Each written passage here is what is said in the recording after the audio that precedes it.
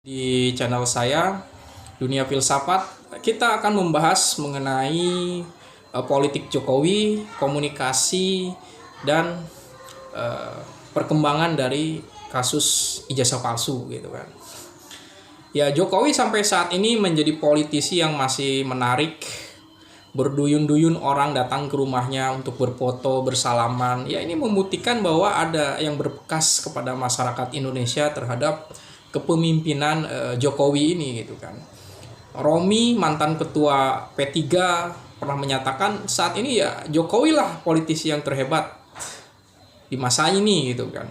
Kemudian pengamat politik senior Yusuf Wanandi, pendiri CSIS, yang menyatakan ya Jokowi ini kingmaker gitu kan.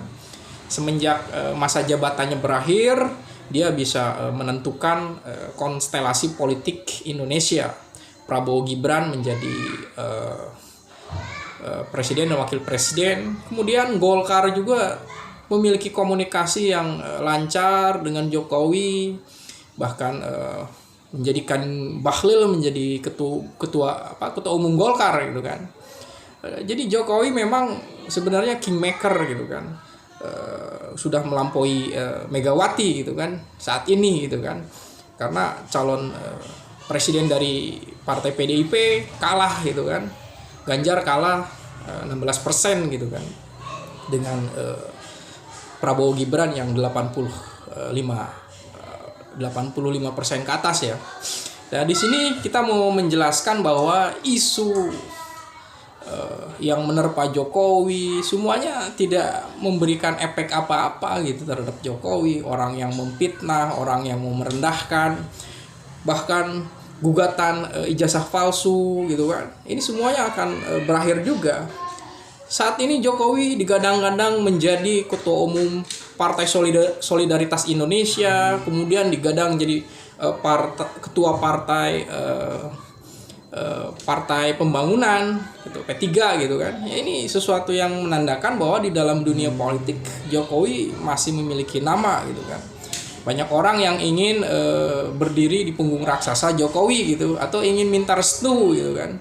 Ya, ini apa yang terjadi pada Jokowi ini bukan hanya sekedar pencitraan gitu kan, tapi ya memang bisa itu pencitraan juga, pencitraan Jokowi yang baik dan juga kerja politik Jokowi yang tepat gitu kan. Sehingga ya saat ini Jokowi masih bisa menentukan, bisa memberi masukan, misalnya soal PSI, soal Golkar, ya banyak partai-partai yang menginginkan Jokowi masuk ke partainya setelah PDIP memecat Jokowi gitu kan.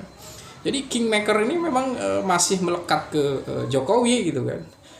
Mau dia direndahkan, mau dia ditelusuri ijazahnya asli atau palsu, ya memang komunikasi politik dengan P3 ini terlihat sangat lancar, sehingga ada isu Jokowi menjadi ketua P3 ini ya sesuatu yang menandai bahwa ada komunikasi antara P3 dengan Jokowi gitu kan.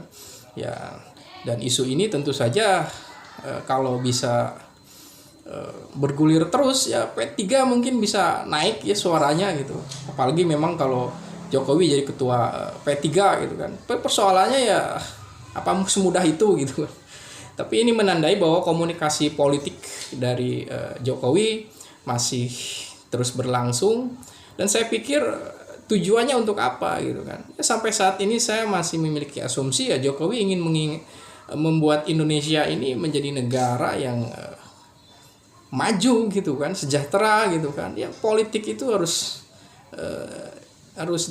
diimbangi dengan etika gitu kan.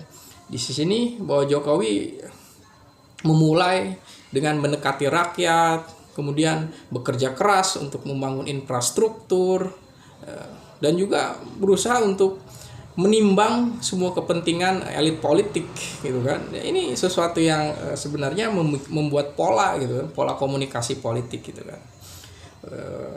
Dan kedepannya selama Jokowi masih aktif ya dia akan selalu memiliki kontribusi terhadap politik Indonesia, dan dia sebenarnya kingmaker yang sesungguhnya gitu kan.